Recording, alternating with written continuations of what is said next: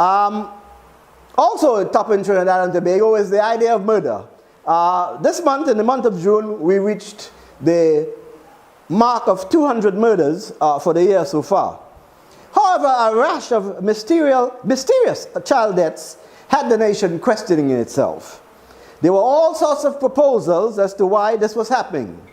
One pastor made the front page of a daily newspaper declaring that there was an evil eye over Trinidad and Tobago. Those with political mindsets postulated that Hindutva magicians were sacrificing the mainly black children in Kali Pujas and other such malfeasances in order to retain political power. This is a rather dangerous development, the mixing of religion and politics, but it has always been so. In the month of June, Trinidad and Tobago found itself staring squarely in the face of its dystopian dysfunctionality, in what could only be described as a slaughter of the innocents. Within a 1 week period or so, by my count, let's say 1 to 2 weeks, 10 children died from a variety of causes. In a society of a birth rate of just 0.5% in Trinidad and a population demographic that looks like a bell curve, where 11 years from now the population will go into a state of decline with a large demographic of decrepit, infirmed old people with chronic, non-communicable diseases, every young life should be seen as precious. However, what happened this month sort of makes a liar of me. The book says, there were all sorts of bad comments about this bad spirit. The best thing that the book said came from my friend Angelo Besessa, better known as the Virtual Museum of Trinidad and Tobago. And he said the following: I was never quite more disappointed in the people of Trinidad and Tobago, whom I love dearly, than this week. Disappointment from the acidine and backward notion that evil is stalking the land and demonic forces are afoot, resulting in the deaths of children. Right. Blame supernatural forces.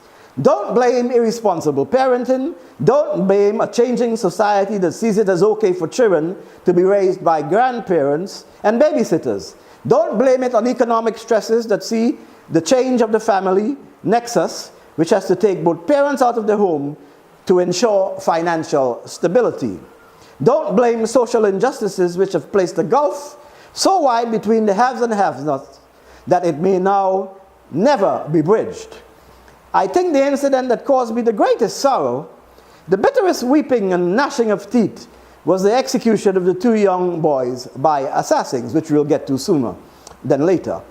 It exposed how deeply nihilistic we have become if the innocence of youth can be sacrificed out so casually. I salute the 3 clerics, Father Garfield Rochan, Pundit Uthman Maharaj, and Imam Rashid Karim, who debunked this superstition, which was so irresponsibly promulgated by several of our media houses. A state of affairs which deeply depressed me as I heralded the worst bottom line that the fourth estate could possibly reach in a cheap hunt for sensational news. It is a sad day indeed when a country can sit up and listen to such utter rubbish. I'm more terribly hurt that all over Facebook, the haters are out in numbers, targeting the Hindu community for doing Hindi-obia to keep the PP in government. Those who know me well would understand I hold no love for any political establishment. Well, I guess that's why we are friends, because neither do I. Made clear in every television interview I have ever done.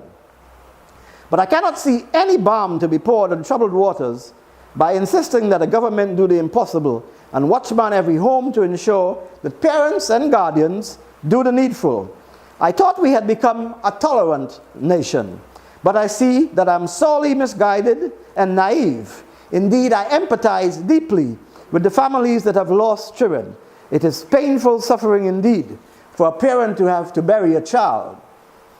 My tears are with you, poor folks. Your suffering, regardless of the cause, should never be made into a circus. And with that, I give Angelo Besessa a round of applause. That's what the book had to say. It was the most intelligent thing. Because, they say, Vox Dei, Vox Populi, the voice of the people is the voice of God. I think I reversed it there. But the voice of the people can be sometimes a raging mob.